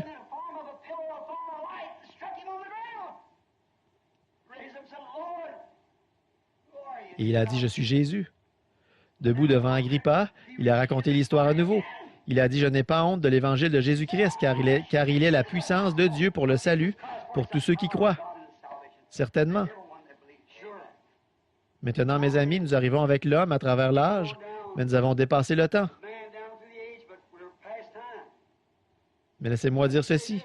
Un homme qui a déjà été en contact avec Dieu, qui est la parole et dont la parole lui a été rendue claire et lui a été manifestée, il n'y a aucune honte à cela. Vous n'êtes pas embarrassé. Ça ne me met pas dans l'embarras de dire que je crois à chaque parole de Dieu. Ça ne me met pas dans l'embarras quand le Seigneur me dit de dire quelque chose. On le dit et on le fait, voilà. Ça ne me met pas dans l'embarras de dire que j'ai été rempli du Saint-Esprit. Ça ne me met pas dans l'embarras de dire que j'ai parlé en d'autres langues. Ça ne me met pas dans l'embarras de dire que notre Seigneur m'a montré des visions.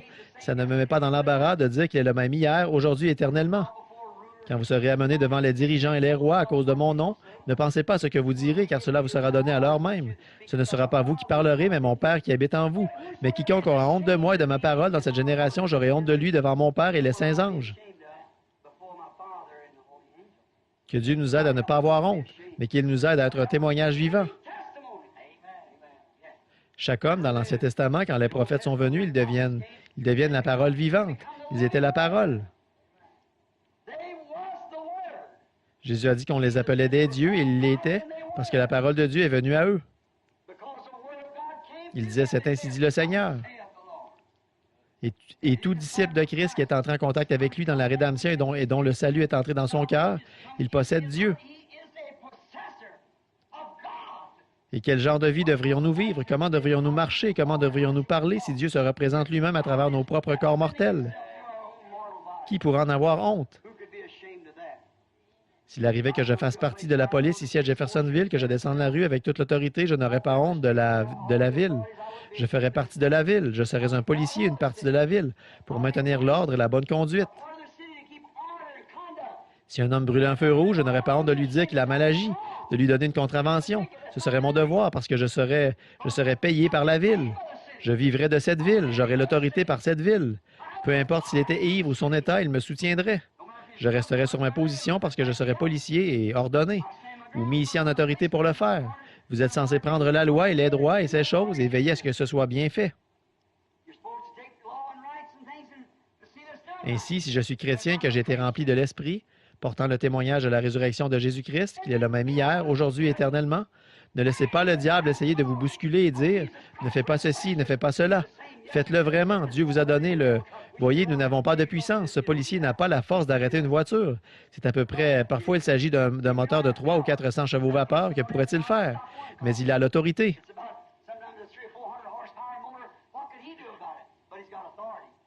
Et c'est l'Église. Nous avons autorité par la résurrection de Jésus-Christ et de sa parole promise. Alléluia. Les choses que je fais, vous les ferez aussi. Vous en ferez davantage, car je m'en vais au Père. N'ayez pas honte de lui dans cette génération.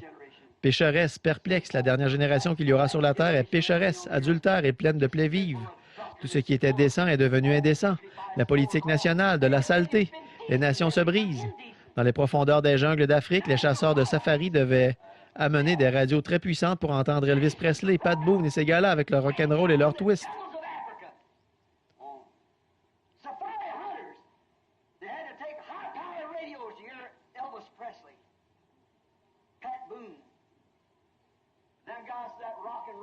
Et les indigènes, essayant de les voir agir, secouant leur tête et agissant comme ça, les indigènes étaient là et les regardaient. Mais voyez-vous, ce ne sont pas des Américains comme Pat Boone, Elvis Presley, Ricky Nelson et ces gars-là. Ce ne sont pas des Judas de ce genre, mais ce sont... Voyez, c'est un esprit. Et l'esprit n'est pas seulement en Amérique. Il s'est répandu dans le monde entier pour les amener à la bataille d'Armageddon.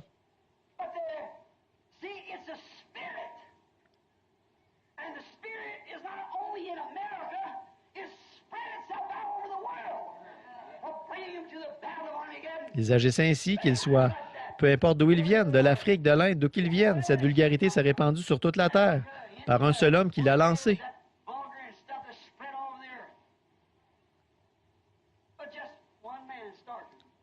Ainsi en est-il de l'Évangile et de la puissance du Dieu. Ainsi en est-il de l'Évangile et de la puissance du Dieu Tout-Puissant, qui se sont répandus dans le monde entier.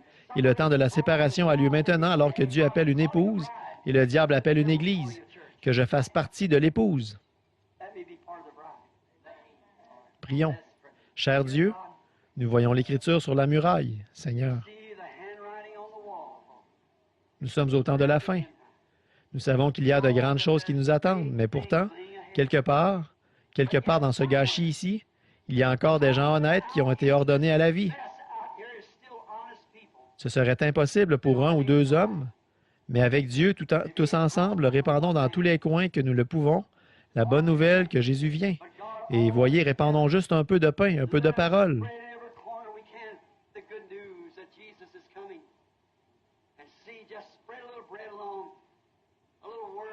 Où que soient les aigles, ils suivront cette nourriture. Qu'elle vienne par une bande ou qu'elle vienne par un mot ou un témoignage, les aigles la suivront de son quartier général. Car il est écrit là où est le cadavre, là s'assembleront les aigles. Cher Jésus, nous savons que tu es le cadavre que nous mangeons. Tu es la parole, et la parole s'est faite chair et a habité parmi nous. Nous prions Dieu, comme nous répandrons la parole, que les vrais aigles la trouvent. N'ayons pas honte quand nous nous tenons devant des gens, méchants, indifférents, religieux, quoi qu'ils soient. Comme Paul l'a dit à Timothée, insiste en toute occasion, favorable ou non, reprend, censure, exhorte avec toute douceur et en instruisant. Car le temps viendra où ils ne supporteront pas la saine doctrine, mais ayant la démangeaison d'entendre des choses agréables, ils se donneront une foule de docteurs selon leurs propres désirs. Et ils détourneront de la vérité vers les fables. Dieu, nous vivons en ce jour-là. Tu m'as laissé vivre assez longtemps pour le voir se produire. Comme ce qui se trouve ici même dans la pierre angulaire de ce tabernacle aujourd'hui, il y a 33 ans. Que Dieu bénisse chacun de vous ici. S'il y en a ici, Seigneur, qui ne sont pas prêts à te rencontrer, qui ne peuvent simplement pas être d'accord avec ta parole et ne t'ont pas rencontré face à face et savent que tu ne viens pas seulement par un acte d'une sorte d'acception, comme pour un credo ou autre, mais qui ont rencontré le Dieu vivant. Et s'ils ne l'ont pas fait, Seigneur, qu'ils le fassent maintenant.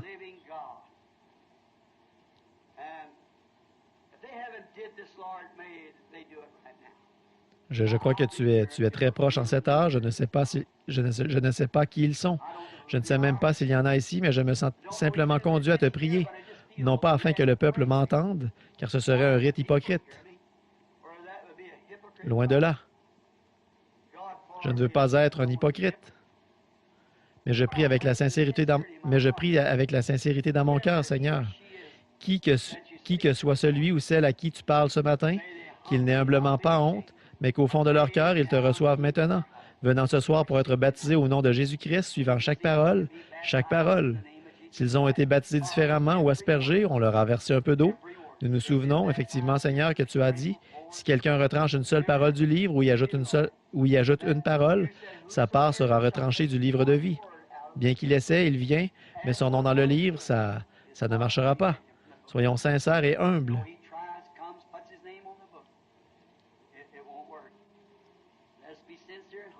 Maintenant, ils sont entre tes mains, Seigneur, fais d'eux ce que tu veux, car ils sont à toi. Au nom de Jésus-Christ, le Fils de Dieu.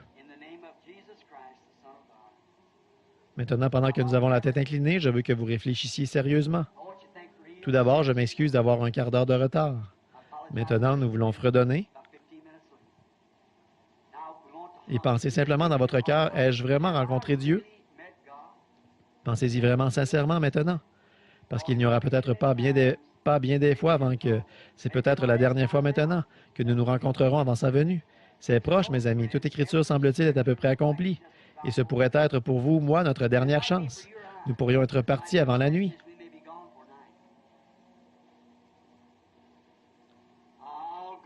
Je vais le suivre jusqu'au bout.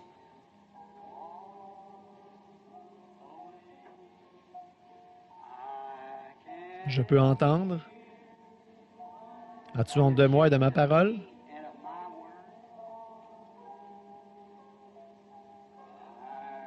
Je peux entendre mon Sauveur.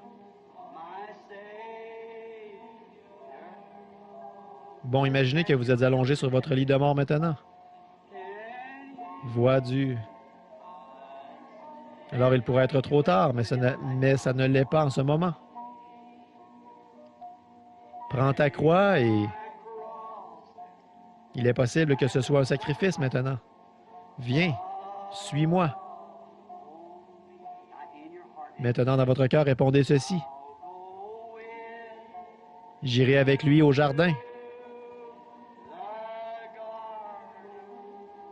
J'irai avec lui au jardin.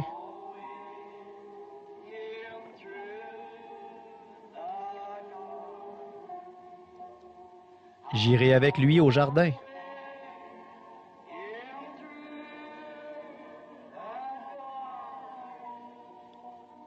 Je le suivrai. Suivrai. Jusqu'au Maintenant, avec la tête inclinée, levons nos mains et disons, je le suivrai dans le jugement.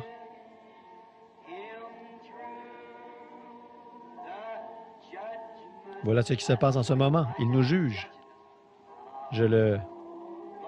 Seigneur, me déclares-tu coupable? Alors pardonne-moi. Dans le jugement. Quel est ton jugement sur moi ce matin, Seigneur? Le suivrai dans le jugement. Sonde-moi, Seigneur, vois s'il y a quelque chose d'impur en moi. Le suivrai jusqu'au bout.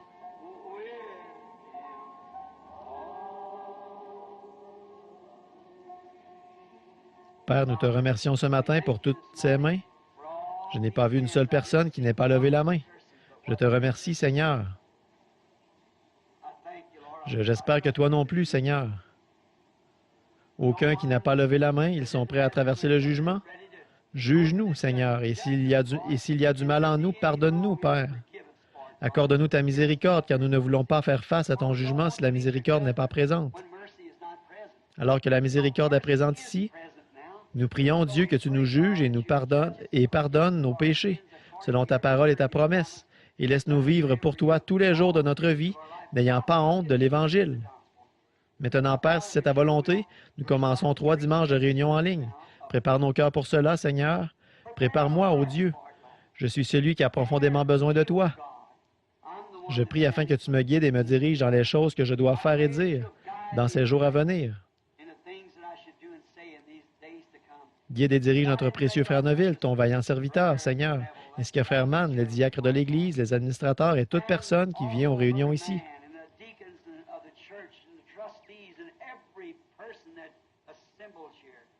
Prépare-nous, Seigneur, pour que nous puissions, d'une manière véritablement chrétienne, t'amener des pécheurs et amener les membres de l'Église à connaître le Dieu que nous connaissons, que nous avons rencontré personnellement, afin qu'il devienne aussi leur Dieu.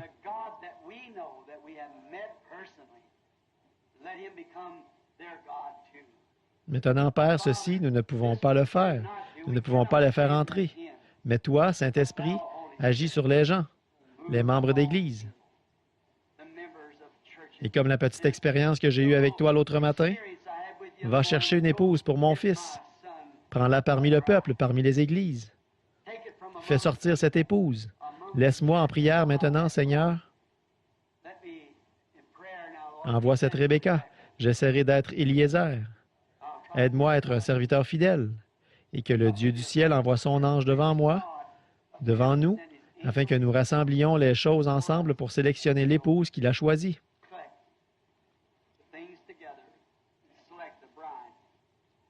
Nous le demandons au nom de Jésus. Amen. Maintenant, je suis désolé de vous avoir gardé un peu tard. Il est 25. J'aurais dû être sorti il y a 25 minutes. Mais bon, vous aimez ce vieux chant? Revêt-toi du nom de Jésus. N'est-ce pas beau? Je chante ça depuis 33 ans comme cantique de clôture. Au baptême d'eau, au bord du Jourdain, je me tiens. Et je trouve ça si beau. Prends-le partout où tu vas. Précieux nom. Nom si doux. Espoir. Serrez la main de quelqu'un près de vous. Précieux nom. Précieux nom. Nom si doux. Espoir de la terre. Joie du ciel. N'oubliez pas le service de ce soir à 19h30. 19h30 ce soir. Maintenant, chantons ce verset, voyez. Revêt-toi du nom de Jésus, comme d'un bouclier puissant.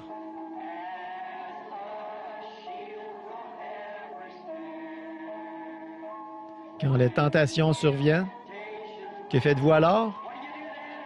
Murmure son nom en priant.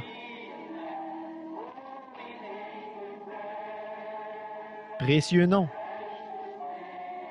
Nom si doux. Espoir de la terre. Joie du ciel. Précieux nom. Nom si doux. Espoir de la terre, joie du ciel. Y en a-t-il qui sont venus pour être baptisés après ce service? Si oui, levez la main. Quelqu'un pour être baptisé? 2, très bien, pour être baptisé immédiatement après ce service. Si les autres, ceux d'entre vous qui veulent être baptisés, nous aurons un service de baptême à chacun de ces services. La seule chose que vous avez à faire est de le demander. Nous sommes prêts à vous baptiser. C'est notre devoir de vous baptiser au nom de notre Seigneur Jésus-Christ. C'est notre devoir de le faire et nous serons heureux de le faire à tout moment. Vous qui allez être baptisés, allez dans les chambres immédiatement après le service et nous procéderons tout de suite au baptême d'eau. Si quelqu'un veut les suivre, vous êtes sûr que nous sommes ici. Si vous vous êtes repenti de votre péché et que vous avez accepté Jésus comme votre sauveur, vous êtes chrétien depuis des années. Vous n'aviez jamais vu la lumière. La lumière de la délivrance est venue maintenant. Une femme, une épouse qui doit prendre le nom. Jésus a dit, « Je suis venu au nom de mon Père et vous ne m'avez pas reçu. Mais il y en aura un qui viendra en son propre nom et vous le recevrez. C'est votre dénomination. »